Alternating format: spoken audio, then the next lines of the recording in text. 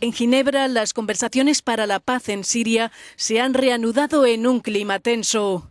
Nuestra enviada especial, Faiza Gará, entrevistó a Bashar al-Jafari, jefe de la delegación del régimen sirio, que nos da su punto de vista sobre las negociaciones y sobre la oleada de terror que golpea a Europa.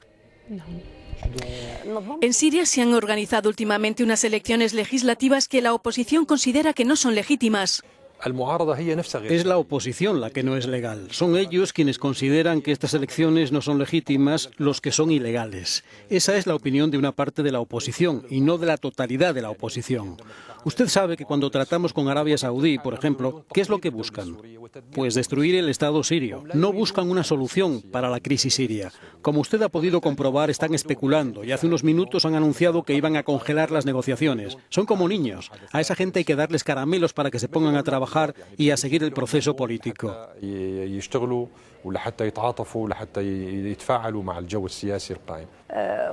Muchos consideran que Siria no es dueña de su propia situación, pues hay una intervención rusa, del Hezbolá y de los iraníes.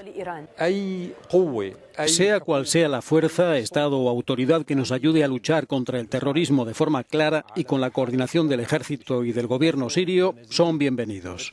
Ya sean los aliados rusos, Hezbolá, los iraníes, están combatiendo el terrorismo en suelo sirio con el acuerdo del gobierno sirio y a petición del gobierno sirio.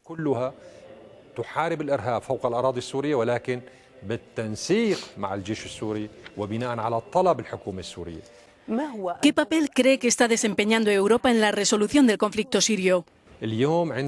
Hoy en día se produce un nuevo fenómeno llamado terrorismo europeo. Antes pretendían que se trataba de un terrorismo árabe islamista radical, pero ahora vemos que somos víctimas de un terrorismo europeo que viene de Bruselas, París, Londres, España, Alemania o Italia. Entonces, ¿usted considera que Europa apoya el terrorismo? Por supuesto, los gobiernos europeos han facilitado el paso de estos terroristas hacia Siria e Irak. ¿Usted no creerá que un terrorista que sale de París, Londres, Bruselas, Boston o Australia llega a Siria sin visado, sin pasaporte? Cruza decenas de países y la frontera turco-siria o la frontera jordano-siria sin que los servicios de seguridad supervisen esas operaciones.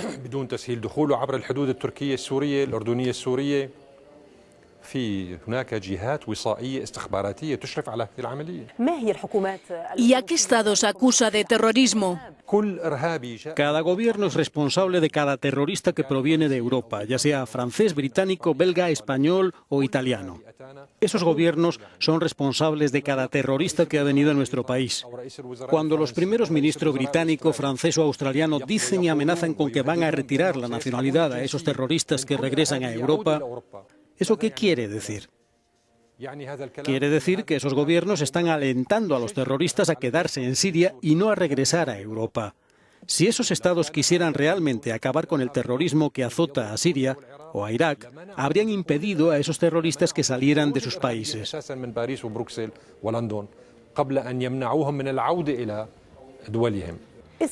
Israel ha mantenido una reunión inédita del Consejo de Ministros en los Altos del Golán. ¿Por qué cree que lo ha hecho en este momento? Nosotros tenemos el apoyo de la Resolución 497 de las Naciones Unidas que data de 1981. Es una resolución que fue votada por unanimidad absoluta, lo que quiere decir que Estados Unidos, Francia y Gran Bretaña estaban de acuerdo. Esa resolución es extremadamente importante, puesto que rechaza categóricamente la anexión de los Altos del Golán, su ocupación, y el hecho de imponer sus leyes en el Golán ocupado. Esa resolución considera que esa anexión caducó, es nula y no tiene fundamento legal.